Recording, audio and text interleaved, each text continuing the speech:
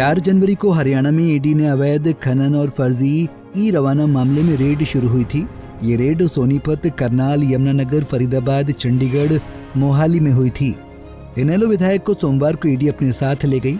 वो इनेलो महासचिव अभय चौटाला के समधी हैं। अभय के बेटे अर्जुन चौटाला के ससुर दिलबाग सिंह को जैसे ही ईडी अपने साथ दिल्ली लेकर गई, तब से ही राजनीतिक सरगर्मियां तेज हो गईं। चरखी दादरी के पार्टी कार्यालय में युवा सम्मेलन का न्योता देने पहुंचे अर्जुन चौटाला ने ईडी को आड़े हाथों लेते हुए ये तक कह दिया कि प्रवर्तन निदेशालय तो सरकार का ही टूल है, ये राजनीतिक द्वेष है। दरअसल सरकार इनेलो के बढ़ते जनाधार व यमुनानगर से दिलबाग सिंह को चुनाव लड़ने से रोकने के लिए ही ये कार्रवाई करवा रही है। ये तो आप एक चीज माने, ये साफ साफ पॉलिटिकली मोटिवेटेड मैटर है। ये तो ईडी खुद कह रही है कि भी उनके घर से तो कुछ बरामद हुआ ही नहीं। जो कैश भी था, जो मीडिया के अंदर बड़ी बातें चली हैं, वो भी किसी और के गृह से हुआ। तो ये केवल और केवल उनको कहीं ना कहीं यमुनानगर का चुनाव रोकने के लिए, ताकि वो ना लड़ सके या किसी प्रकार से उनके राह में बाधा डालने के लिए करा गया है। ये तो प्योरली पॉलिटिकली मोटिवेटेड है और ये तो आज सारा देश जानता है कि ईडी तो केवल और केवल भारत सरकार का एक टूल रह गया है। जहाँ कहीं पर भी इनका विरोध होता है वो इसको यूज़ करने की कोशिश करते हैं।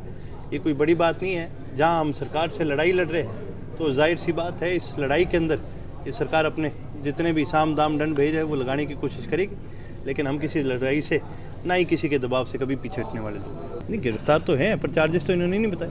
जो चार्जेस करें वो ईडी के चार्जेस तो है ही नहीं।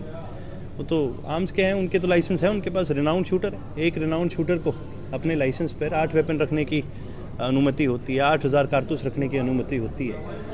तो इसके अंदर तो कोई केस बनता ही नहीं। साथ ही जज्बा पर कटाक्ष करते हुए उन्होंने कहा कि हरियाणा की जनता ने नासमझ में विश्वास किया, इसलिए धोखा किया।